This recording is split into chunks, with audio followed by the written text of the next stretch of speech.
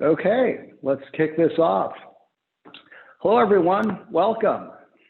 I'm very excited to have you here in another one of our webinars in the Return to Work series. These have been an incredible series of different topics as we explore companies' paths to the workplace and all the different aspects of it. And today, I think, is a fantastic topic, and a topic that's growing in relevance every day, which is around workers' compensation. Let me quickly remind everyone that the experts we pulled in today, they have very formal environments where they give very specific advice to very specific clients.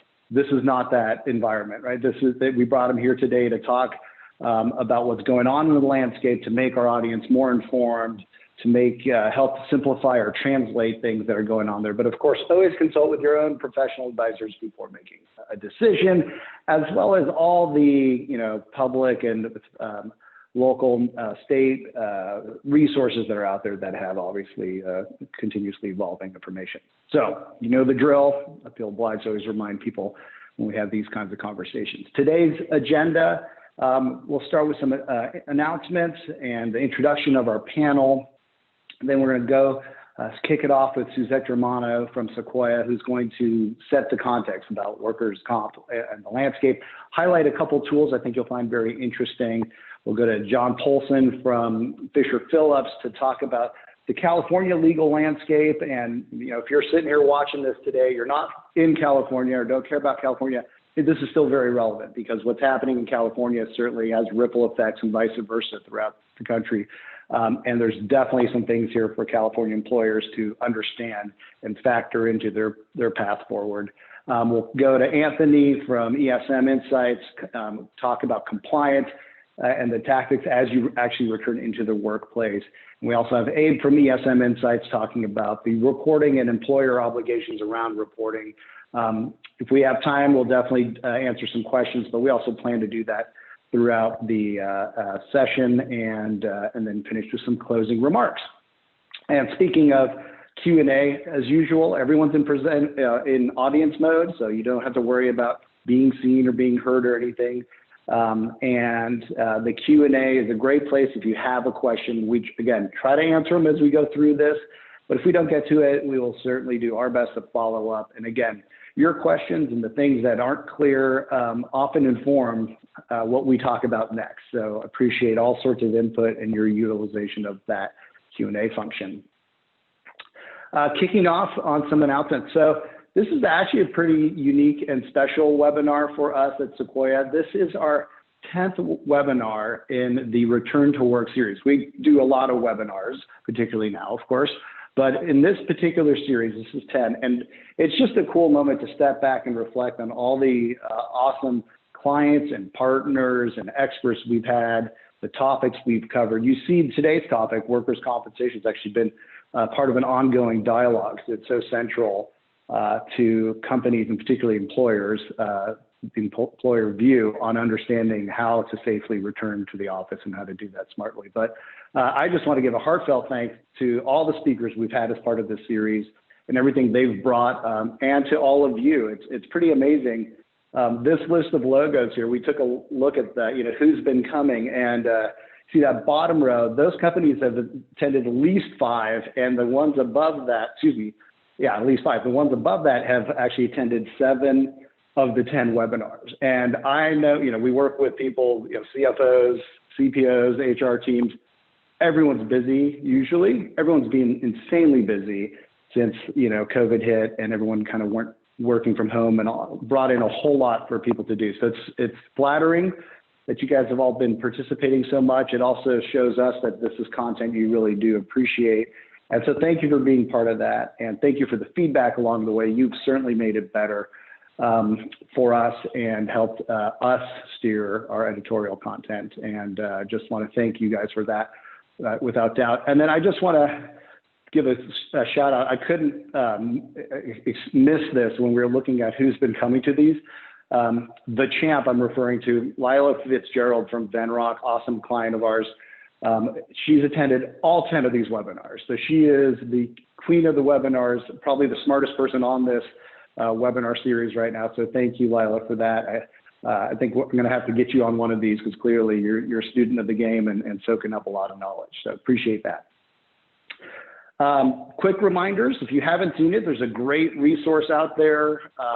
We always get new people on these, despite some of you faithful. And I just want to call out this report here for working parents. It's a pulse survey we did about a month ago now, and it's got some great information that you may find helpful. And coming out Monday publicly is a new survey that we just released called focused on managing a distributed workforce. So all the tactics and strategies companies are dealing with and some of the decisions. And if you participated in this, thank you very much. 448 companies did. You received yours this week. So you get a little bit of a head start as a thank you for your involvement. And then again, on Monday, you can go to sequoia.com and pick it up in the resources section. So I hope you find that helpful. And again, a genuine thank you to the 448 companies that did give their thoughts, because it just added a lot of richness to the report. Appreciate that. All right, and then again, to those of you who may be new to the series, Sequoia, of course, has a return to work center solution, and we are doing these very lightweight, easy way to check out the solution. We're doing these demos twice a week. Just pop in, check it out. It's given by the team behind the product, and it seems to be really appreciated and enjoyed by a lot of folks who are starting to really, think very specifically about how to manage all aspects of a return to the workplace. And so if you go to the return to work page, the little link underneath our button gives you the sign up field. So check it out if that's the headspace you are in. And now let's enter our conversation for today, just setting it up real quickly. Over the last 7 months, few things have been more dynamic, more mysterious at times, and certainly more serious in the legislative landscape, tied to what employers are obliged to as with COVID and with working from home, and with the implication of keeping people safe. And it's the reason we've had several webinars just explicitly on the topic. And it's certainly been an ingredient in every webinar we've done for the Return to Work series. So today we've brought together 4 experts, just real thought leaders in their field. Our very own Suzette Germano, who's Vice President of Risk Management at Sequoia. John Polson, long-term friend of Sequoia. You see here he's a partner at Phillips and runs the management committee. Anthony Poston, who we've had on our webinar series as well, CEO and risk manager at ESM, and Abe Jabhan, who's a claims advocate also from ESM. So, ladies and gentlemen, thank you for being part of this, for bringing your insights today, and really excited to kick things off. Suzette, let me start with you. I'll send it over for your opening thoughts and to give us a little review of some of the tools. So thank you so much. I'm so excited that we're holding this webinar today. While this is the third in a series of discussions that Sequoia has coordinated to talk about workers' compensation related to COVID-19, we've now moved from the early days of the pandemic, where we weren't exactly certain what the impacts to employees, employers, and the workers' compensation policies would be. We now know that there are long-term compliance requirements placed on employers. We know that workers in California and a handful of other states who contract COVID-19 in the course and scope of their employment may be afforded full workers' compensation benefits. And we know that workers' compensation insurers are experiencing unanticipated medical and lost time claims that are creating financial impacts to the insurance companies that will lead to rate increases and potentially for insurers withdrawing from underwriting workers' compensation for industries that have a higher likelihood of contracting the virus while at work. Since the macro conditions are outside of what any employer can really control, it's important for us to help focus on what we can control. And for a lot of employers, that's really to ensure that they're protecting their people and those families, their customers, their community. I'm really proud of what we're doing at Sequoia on a number of fronts to help clients navigate the return to work challenges. McKelly talked about the technology that we're deploying, but additionally, our risk management team is working closely with our clients who are considering a return to their physical space. We're tackling COVID just like we would any other risk issue our clients are facing, and we're helping them through loss control planning, compliant documentation, stress testing their plans for return. And as clients are nearing potential reopening, our team can perform on-site walkthroughs of their facilities to ensure that best practices related to COVID and return to work are being deployed. Our goal is to help our clients reduce their workers' compensation exposure by helping them prepare for the safest return to work possible. While the other panelists today are going to cover both the employer compliance components related to COVID and the reporting obligations now placed on employers, I thought it might also be helpful to share a decision tree that we've pulled together, and we'll send to everybody on this call after it wraps up. And the flowchart will walk you through determining whether or not the COVID claims that you may be presented with by your staff should be challenged as industrial in causation, or whether they should proceed unimpeded into the workers' compensation system. The 5 pages of the decision tree are going to cover some scenarios that are specific, there we go, and will help instruct the next steps that you're going to need to take. We won't walk through the decision tree today, and once you take a look at it, I think you'll see that it's fairly easy to navigate. But once you get your hands on it, if you have any questions and aren't sure exactly what the information means or how to navigate, please reach out to our team because we're happy to talk through that. We've also prepared a simple spreadsheet that you can use to track and report any of the positive COVID tests that you're being reported to by your staff and that you'd want to then submit to your claims administrator. This form can also be used in addition to kind of the case-specific employee claim form and employer's report of occupational injury and illness. And I think our friends from ESM are going to go through some of that a little bit later into the discussion. Should you have any questions about this other form, please reach out. Our team, again, is happy to assist with that. And while the bulk of today's discussion is going to focus on COVID-related workers' compensation impacts, I think it's also important to mention that for many industries where their people now work from home full-time and a return to the physical work site isn't in the near future, the workers' compensation claims that they may be seeing aren't related to COVID. Instead, the industry is seeing a huge uptick in stress-related claims. Not a real surprise given what everyone is dealing with, both in their home environments, looking outside of our windows and what's happening in the rest of the world, as well as maybe working longer hours because there's nowhere else to go. So stress is really on the rise. We're also seeing a big uptick in soft tissue and upper extremity claims from those longer hours on the computer. So things like repetitive strain type claims and maybe folks not having the right ergonomic desk set up and are working on laptops instead of full-size keyboards. Lots of claims in that area. And then additionally, we're seeing an increasing number of neck and back claims. And a lot of that is related to sitting and maybe not the most optimal furniture ergonomically. So dining room chairs sometimes in the first month of kind of the work from home environment worked okay, but now people really need to start evaluating their work environment at home, similarly to what they would have if they were in the office space and trying to get as ergonomic as they can.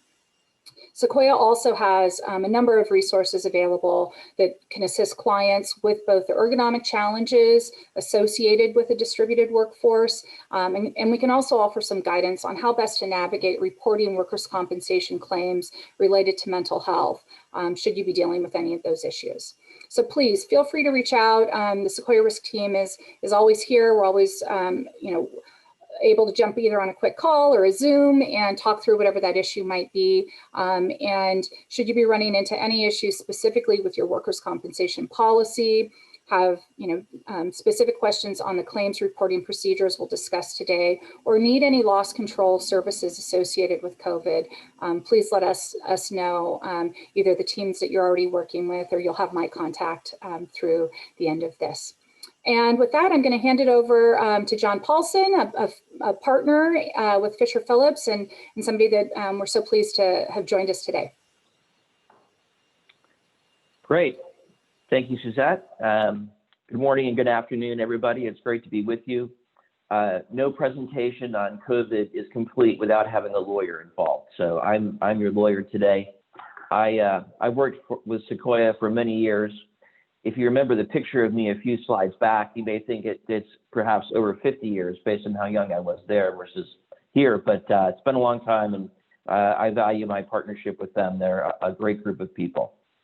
What I'd like to do today is, in about 10 minutes or so, give you a high-level overview of what's been going on in the legislature and the courts.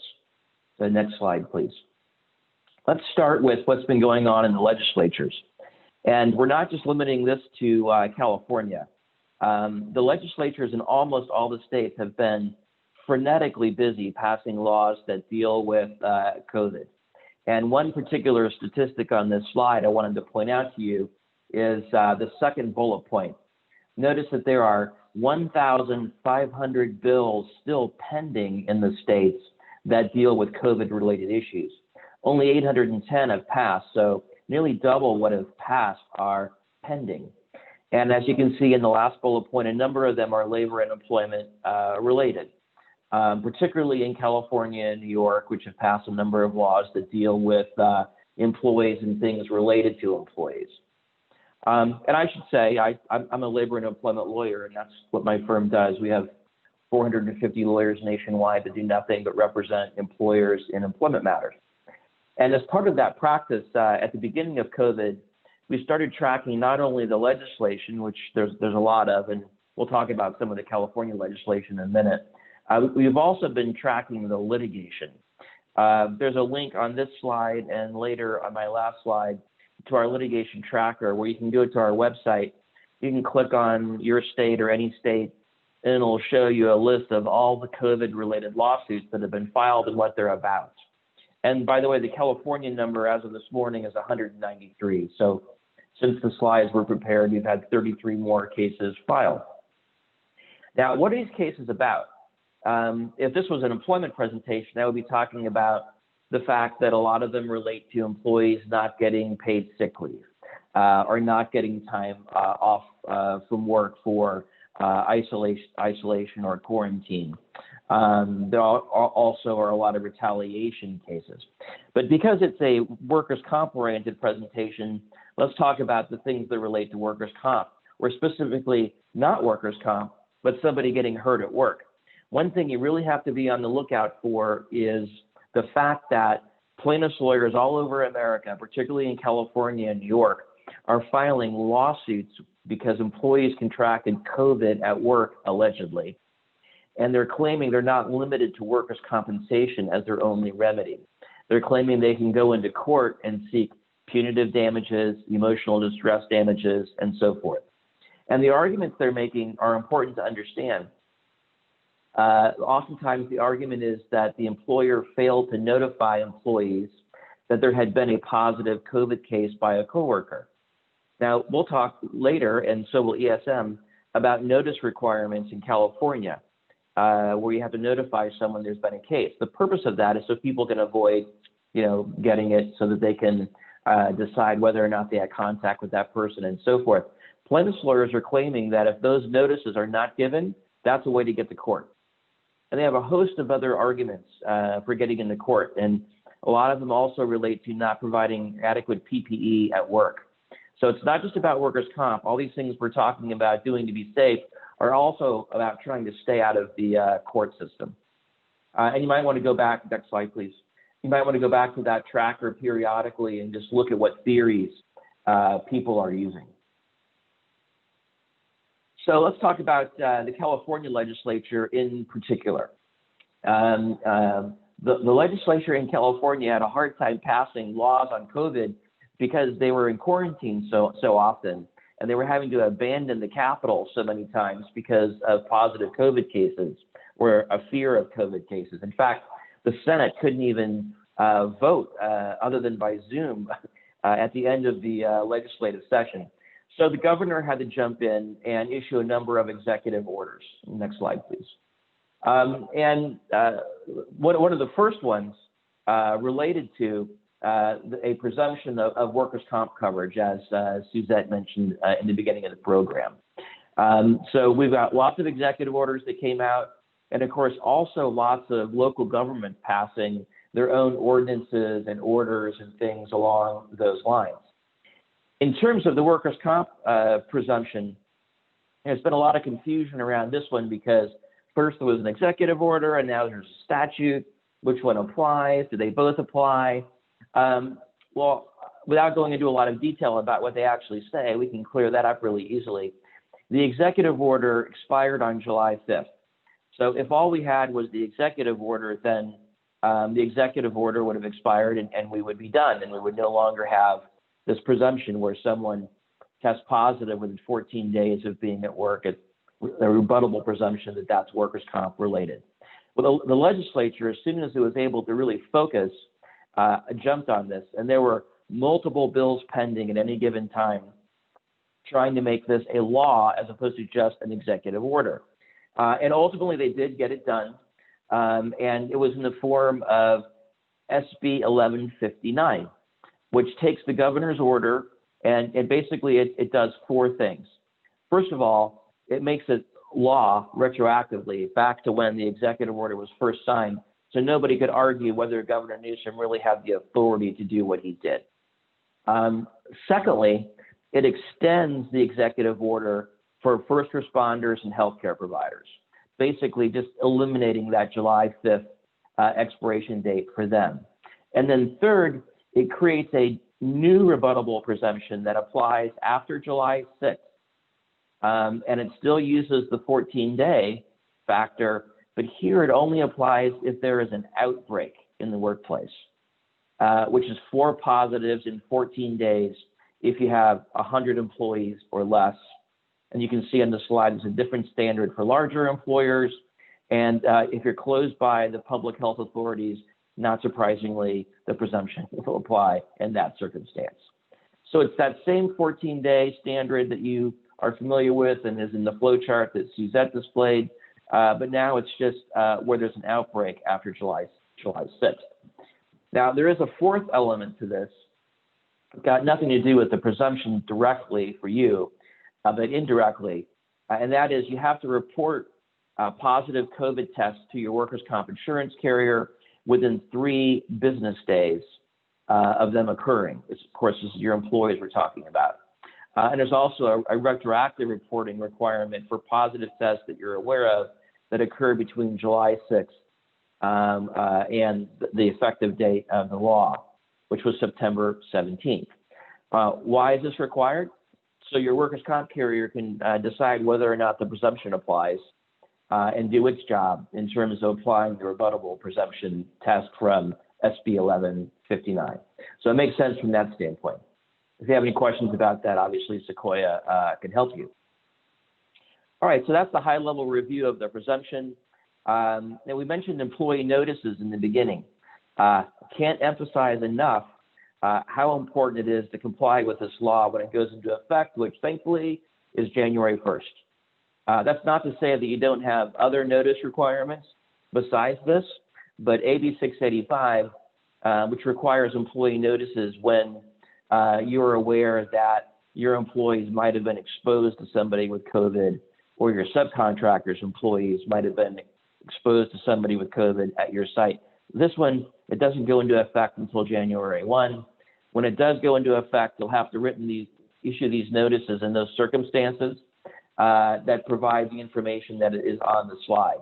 And again, the whole point is to educate the workforce so that they're able to protect themselves. And remember, those tort cases, which have now been filed against Amazon, CVS, Tyson's, the Chicken People, and a host of other household names, a lot of them focus on allegations of not giving notice. So it's very important that you comply, not just because you don't want to get penalized under this particular statute, but because you do not want to deal with those tort cases. AB 685 also requires you to give notice to public health agencies in certain circumstances. Just to make it as confusing as possible, this notice also uses the word outbreak, but it has a different definition of outbreak than the employee notice. And you can see what the standard is there on the screen. And then lastly, with notices, don't forget Cal OSHA. When somebody becomes sick at work and they're hospitalized, you have to report that to Cal OSHA. And the penalties for the failure to report are significant. And I think the ESM folks may mention that as well. So I won't spend any more time talking about that. They are experts on that. And this is my last slide.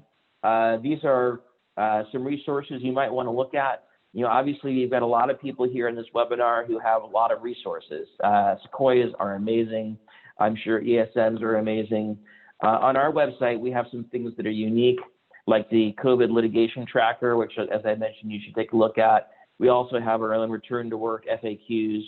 You might want to sign up for our legal alerts. We're issuing alerts daily, usually, on new California and national COVID-related labor and employment developments, and a lot of other interesting things. So with that, I will pass the baton off to Anthony. Anthony, take it away. Great, thanks, John. Thank you, everybody, for being here today. Special shout out to the Sequoia team for putting this on and hosting such a great series of webinars over the last 8 months. We've been right there with you in trying to unravel all of these requirements that employers have to abide by. And it's just complicated. And for the most part, what I want to really recommend is just do the right thing. And yes, there are going to be certain check boxes that you're going to have to complete. But at the end of the day, keep your humanity hat on and do your best to try to prevent this exposure from infecting your facility, from infecting your people, from infecting your community. I'm not going to talk today about all the tiered system that has been rolled out throughout California, which went into effect last month. But we have seen so many counties move from one tier to the next, and that is because we're all playing our part. For those of you in San Francisco, we're now at the minimal category, which is just astounding. But we got to keep our foot on the gas, continue our mitigation efforts, continue to disinfect, face cover, social distance, do our part, especially as we move into the holidays. There are going to be some new requirements for social gatherings, so be on the lookout for that as well. Let's go through some things that you need to know, which are going to impact your decision on how you're going to continue the mitigation plan. So there's been over 30,000 employee complaints to OSHA related to an employer's lack of COVID-19 mitigation practices. And this was about a month and a half ago. So fully anticipate that's closer to 35 or 40,000 complaints. We're going to go through a case study, an example of what employer received from OSHA regarding allegations and how we were able to navigate that. There are over 60 job openings for enforcement officers for OSHA in California. So somebody's got to respond to all of these allegations. And so OSHA is staffing up. There were 2 assembly bills that rolled out in January, 1804 and 1805, that changed some of the definitions of Cal OSHA's serious requirements. And that's playing out really well with this new COVID requirement. We're going to talk about recording and reporting requirements here in just a second. Another really important piece to note is that when you go to renewal, your underwriters are evaluating OSHA investigations. So if you have an open OSHA investigation, there could be a concern from the underwriter that maybe there's a serious illness or injury that we're not aware of. And so that might stall renewal, or it just might come up as a question. So what we want to talk about today is how can you continue to mitigate your efforts to disinfect, face cover, social distance, and then documentation of that, because the documentation is so critical to your affirmative defense in any type of OSHA allegation. So we're going to talk about the doom and gloom, but then we're going to give you some actionable tools to help you comply with some of these requirements. So let's take a look at one of the letters that one of our employers received. And this is a cannabis editable manufacturer, 2 facilities, Northern California and Southern California. They had a disgruntled employee, so one of the 30,000 complaints that we just talked about here. And here are the allegations. 1, the employer does not communicate trainings and safety meetings to employees in a language they understand. And in this case, it was Spanish. Number 2, employers not following their internal COVID-19 policies. That's a pretty broad statement. So what exactly does that mean? It was unclear at first. Number 3, employer does not enforce a 6-foot physical distancing policy at work.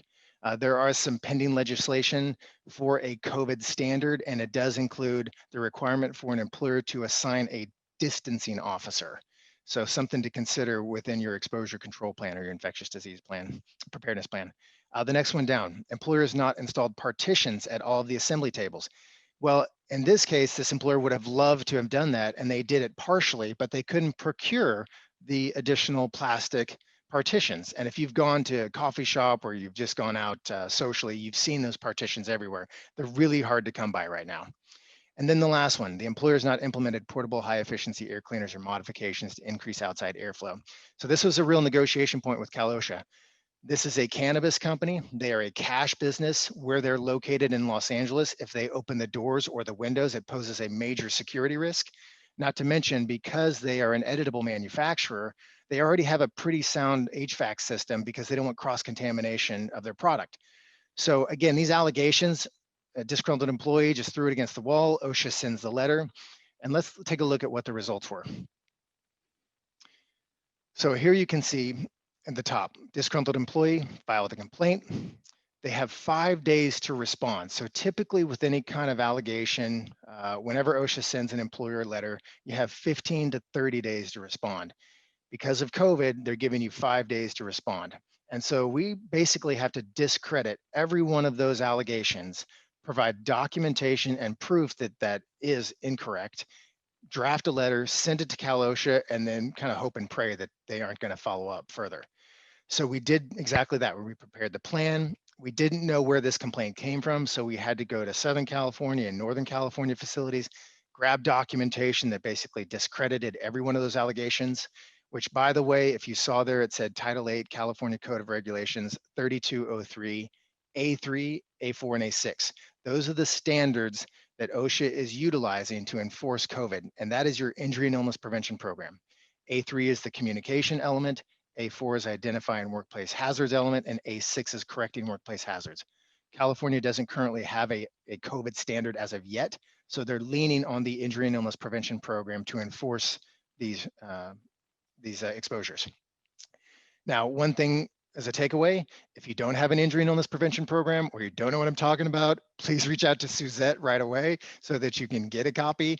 It's fairly easy to implement. You just need to satisfy the 8 elements within that IIPP. It shouldn't be more than 12 to 15 pages. And then it's the actual implementation and the documentation of that, from communications to training to inspections to record keeping. Those are some of the core documentation aspects of that standard. So we drafted the letter, got the documentation, submitted it to OSHA, and we were able to close the case within 3 weeks. So that was a really big win. And I kind of explained this to the employer because we deal with a lot of OSHA citations that just drag on. The investigations drag on, the compliance requirements drag on to the tune of 6 weeks to 6 months to a year. So what we want to do as employers is continue our efforts to constantly train, constantly disinfect everything we just talked about from the COVID mitigation requirements, and have documentation of all that. So should this alleged condition happen, we're able to quickly respond and discredit any of those potential allegations. So Cal OSHA closed this case within 3 weeks, which means there's no further inspection, which means they're not going to come out. The enforcement division, there's 2 sides to OSHA, enforcement and consultation. It's the enforcement side that comes out, and they bring their penalties and citation book with them. So we know that if they did come out, this is 2 fairly large facilities, there would have been additional OSHA requirements that they would have to adhere to, from machine guarding, personal protective equipment, ergonomics, et cetera. The other thing is we avoided potential penalties. We don't have a slide here, but I can tell you that we're seeing an average of 5 to 50,000 in penalties related to COVID. Some of the employers that John alluded to earlier, we're seeing 200,000 plus penalties. So this is a real thing that OSHA is staffing up. They're getting a lot of concerns from disgruntled employees, or even just general employees that don't think their employers are stepping up their mitigation efforts. So again, really important as a takeaway, update your IIPP, make sure that your infectious disease and preparedness plan, we call it the exposure control plan, is constantly being implemented. You're constantly training and you're documenting all of your efforts, because that is your affirmative defense when it comes to defending an OSHA investigation. The other benefit, there's no public record of the inspection. As I mentioned, underwriters could be evaluating those open investigations. It is public information. It's very easy for them to look up to see if you, the employer, have an open investigation, and then they'll want to find out why. So we avoided some pretty big pitfalls because we had a sound exposure control plan, we had excellent implementation, and we had excellent documentation to support that. One challenge that this employer did have is because we had so much training, so many communications, there wasn't really a good centralized document control program. So that was one of the takeaways that we looked at from this exercise, we'll call it, is how do we centralize all that documentation? So should we need it in a pinch, we're able to grab it, draft a letter, respond, because that's going to show really well when it comes to Mm-hmm. Cal OSHA notification. So to help you along your COVID journey, we took a combination of various carrier resources, our resources, and we put together this acknowledgement form. And so if you maybe provided training, let's say in May or June or July when employees started to come back, now that we can see that employers are start to open up more, the capacity requirements are being minimized because the counties are moving from tier to tier. It's going to be really important that you train these employees, bring them back to work successfully.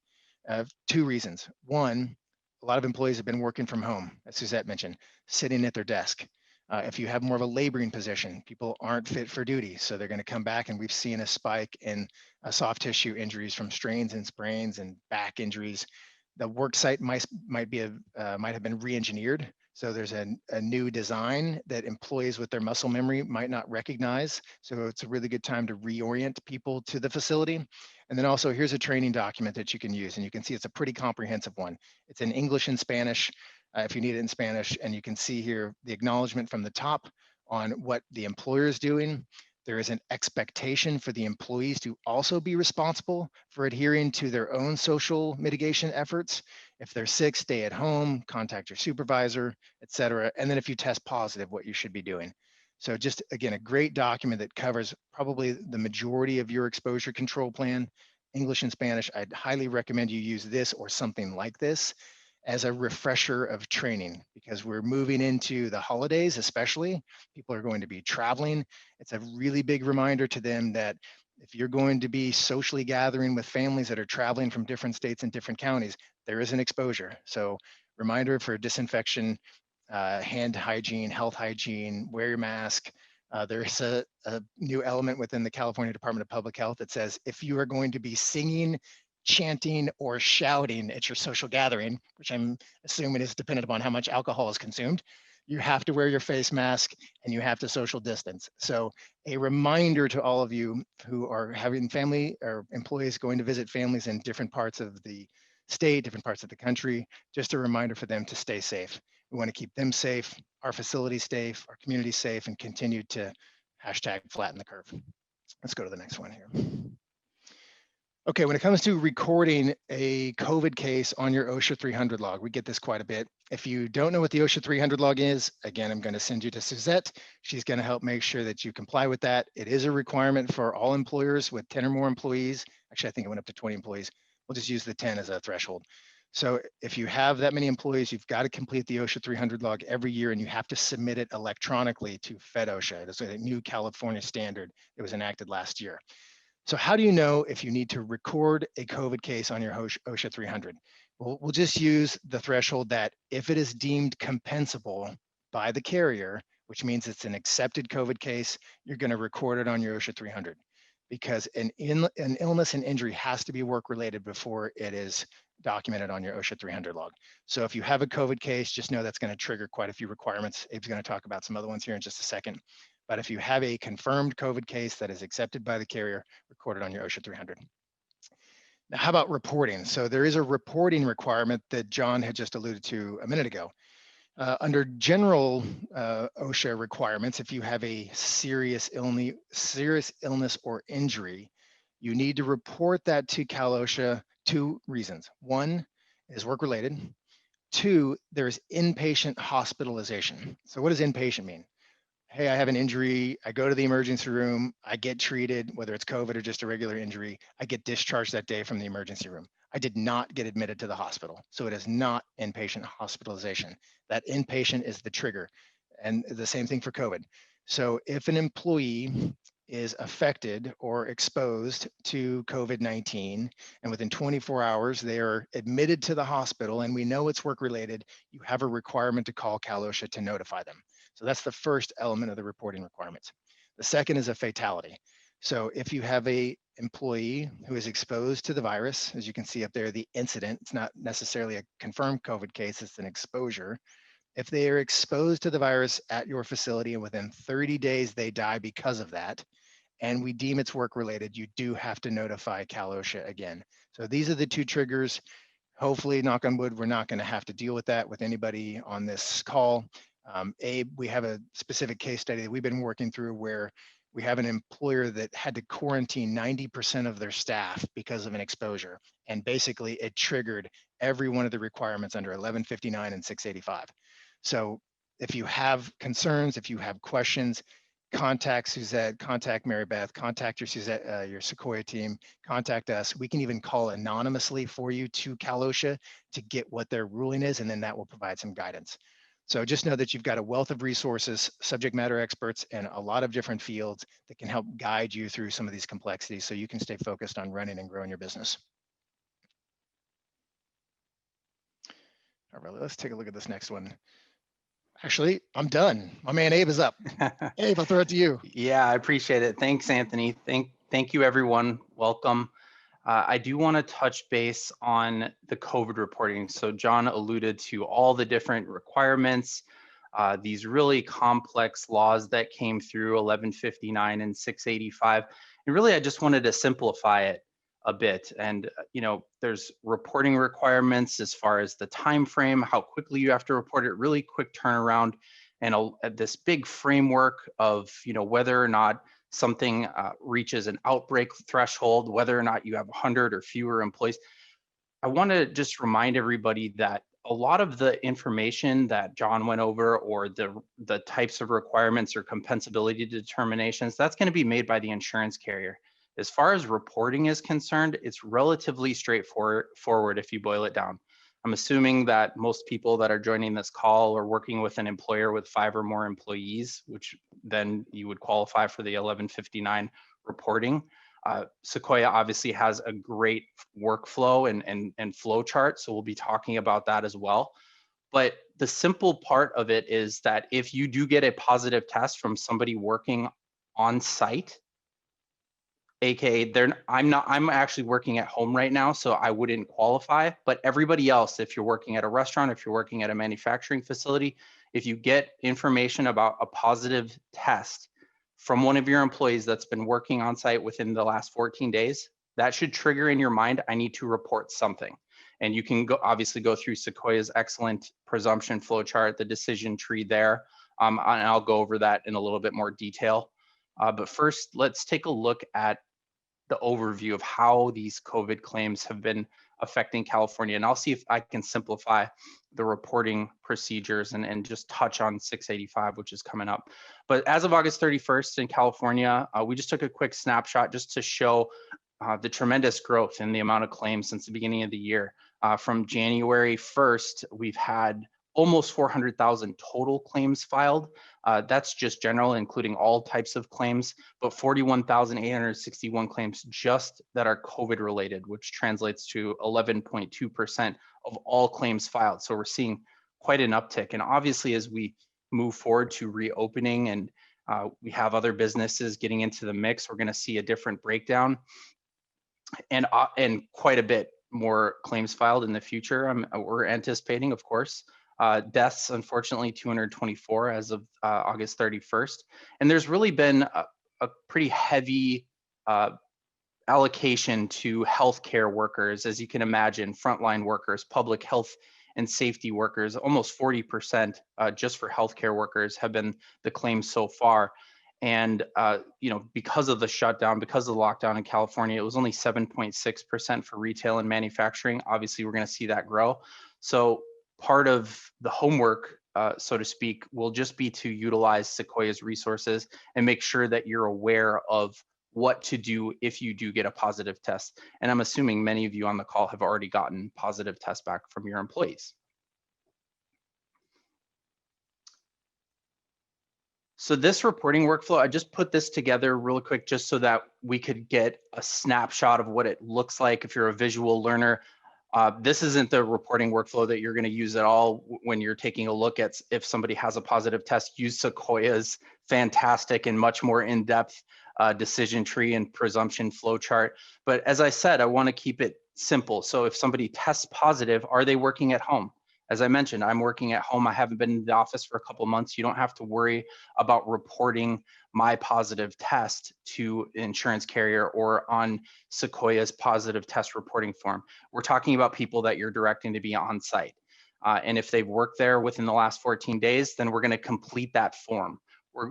some insurance carriers that don't work directly with Sequoia, they have their own reporting form, but you're going to use so in this particular case, you're going to use Sequoia's positive test reporting form to make sure that you're documenting and sending this in within 3 days. So it's a really quick turnaround, and it's a pretty high burden on employers just generally, especially if you have quite a few cases coming in as far as a cluster is concerned.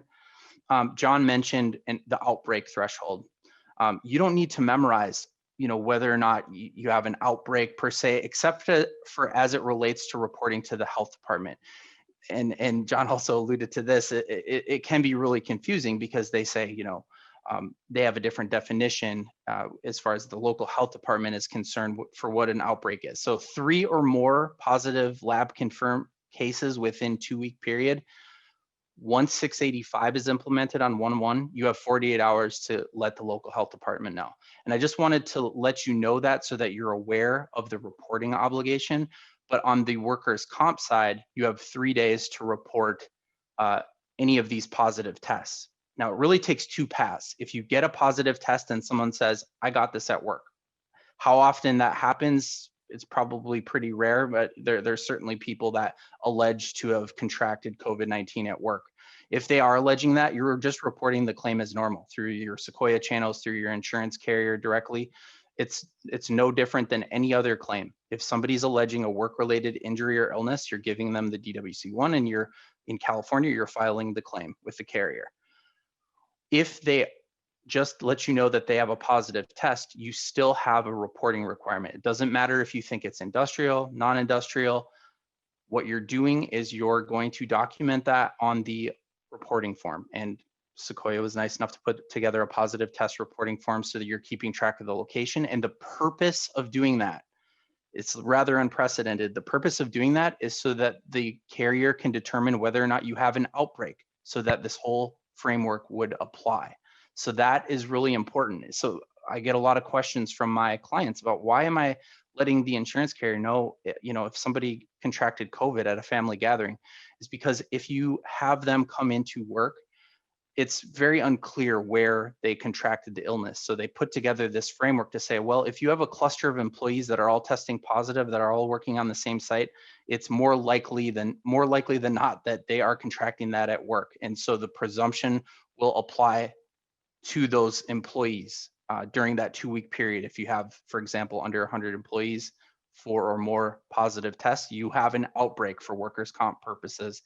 And you can dispute that presumption. You can say, well, employee number 1 let me know that they actually contracted this, or they believe they contracted this at home.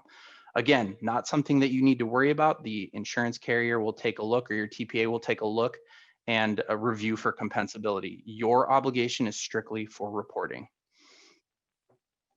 So let's take a look. California workers' compensation reporting. It's really relatively simple.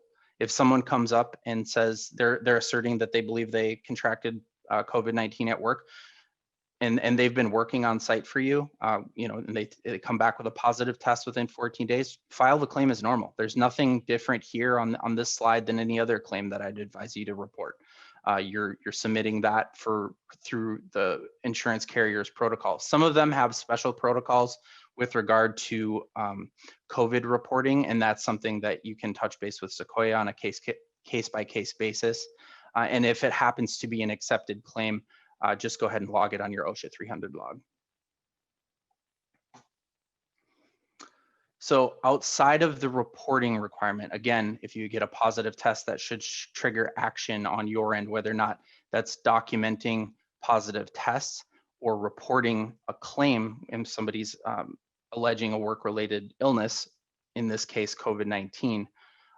You also want to stay informed of the current orders. Things are constantly evolving. Anthony and I have been working on the front lines of COVID-19 since this whole thing started. And I can tell you, there's various county requirements for reopening, for example. So just staying informed is one of the things, and just by being here, you're actually doing that. But that's one of the things that's really important.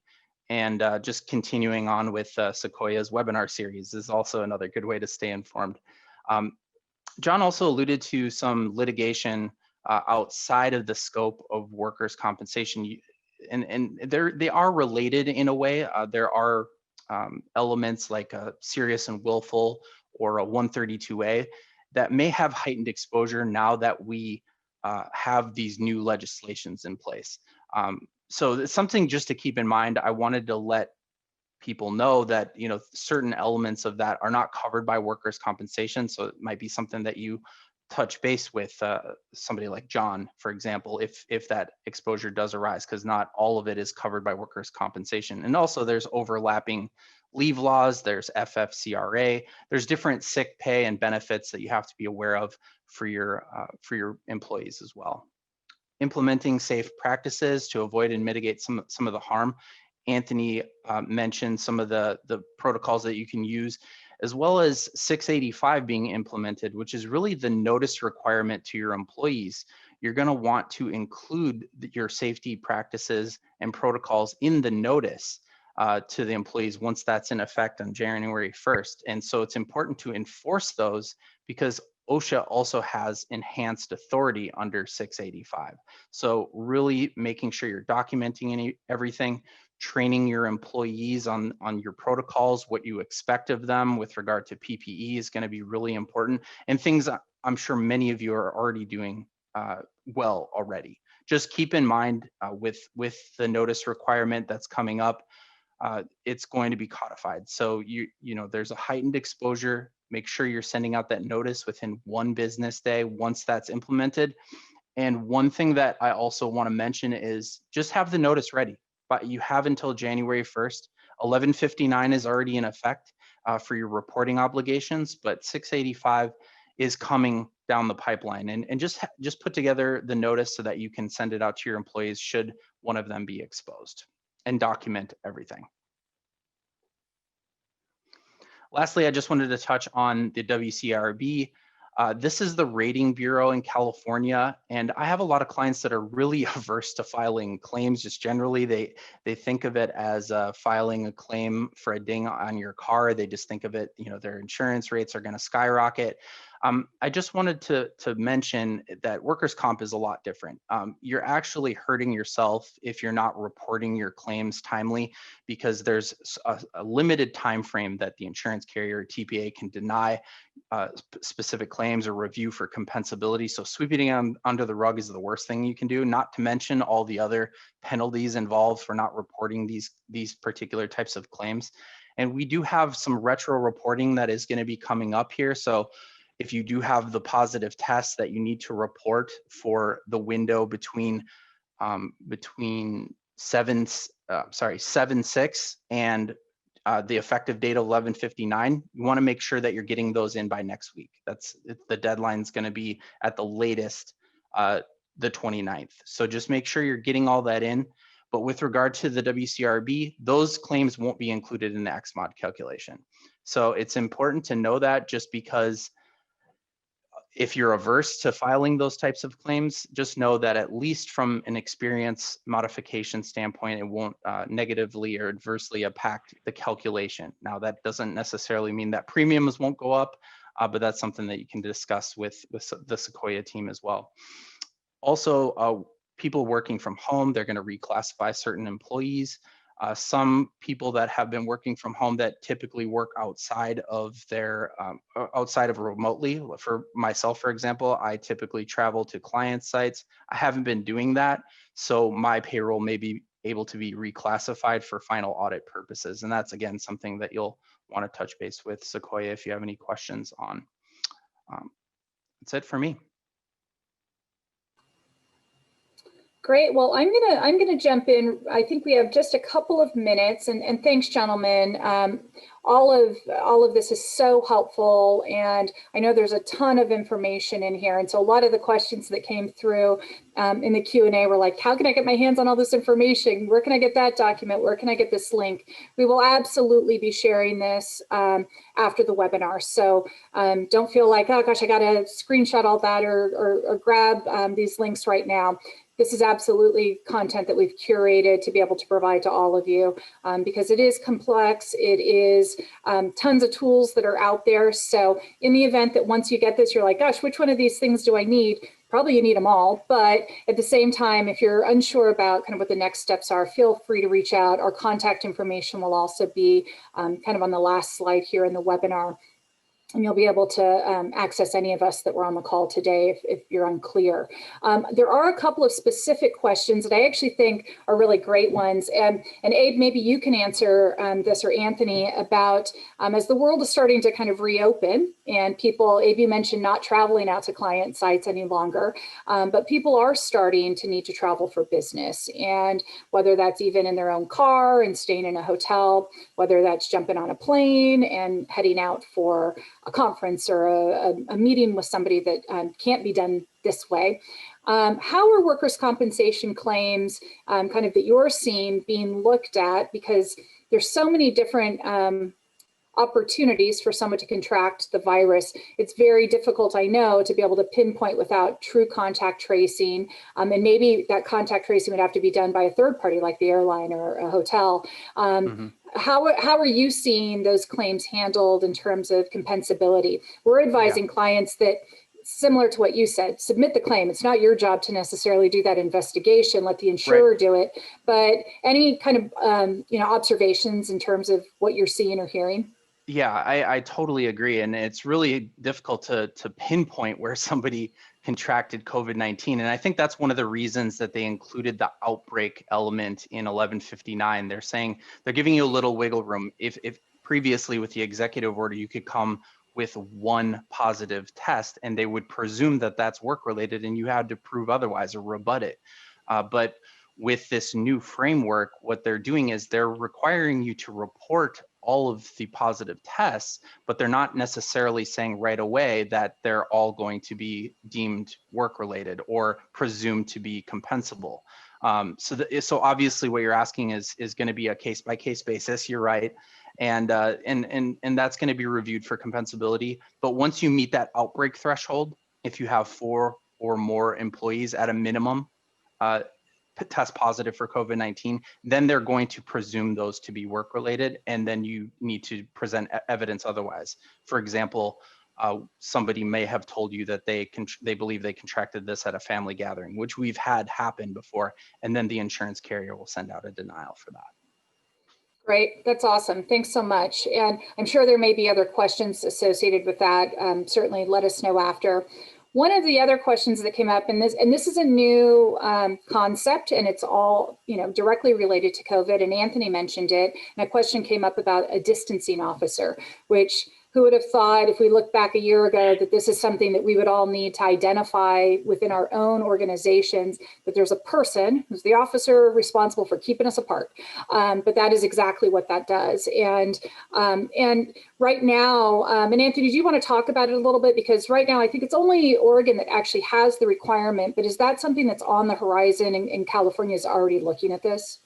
Well, we kind of anticipate so. So Oregon has a couple of new elements to their COVID standard that is pending legislation. One of them being the distancing officer. Another one is increased ventilation requirements. And you saw that allegation within the example that we gave, where OSHA is leaning on the IIPP to say you need to increase airflow, outside air circulation, to help kind of move this virus outside of the facility. So that is another requirement under this new potential Oregon legislation. And then the other one is actually the notification aspect, which we've already adopted with 685. So Oregon, Washington, and California have kind of band together through this pandemic journey to kind of share best practices and standards. So we do believe if Oregon adopts it, for example, then that could spill over to Washington, spill up to Washington and trickle down to California. So something to consider. It's not something you need to do now, but is it a bad idea? I don't think so. I think, again, what I've seen and I've had with another client is the HR team was working remote, and they were getting complaints from employees at the facility that all the employees weren't adhering to social distancing and face covering requirements. And HR, being remote, wasn't able to enforce that because they don't know, who that is. And even though the employees had told HR, they didn't tell them exactly who it is, so they couldn't be disciplined or talked to. So now kind of take that into the OSHA allegation, right? If this employee is not getting heard and they're not taking advantage, then that could be an OSHA complaint. And I know we're out of time, so Suzette, back to you. Yeah. Hey, guys, I want to get everyone off to their lunch or whatever they have next in the audience out there. But, Suzette, John, Anthony, Abe, it's one thing to know your discipline, but it's another to translate in such useful ways for us to digest. So thank you for that, because you brought a lot to this. It's my litmus test for all these webinars is did we make it actionable for people? You guys did an amazing job. So on behalf of everyone here, thank you for that. Check out Return to Work on Sequoia.com if you want. And I always end this slide. We've done it for 10 webinars in a row. It's so appropriate because I feel so strongly about it. And you guys just showed it today, how much stronger we are when we pull everyone together to be part of the conversation, to share the learnings, to share the perspective. So thank you guys for today. Thank you to the audience for your questions and your continued support and engagement in this webinar series. So go out there, be well. Hopefully you got some good stuff out of this. We look forward to hearing from you soon. Take care. Bye.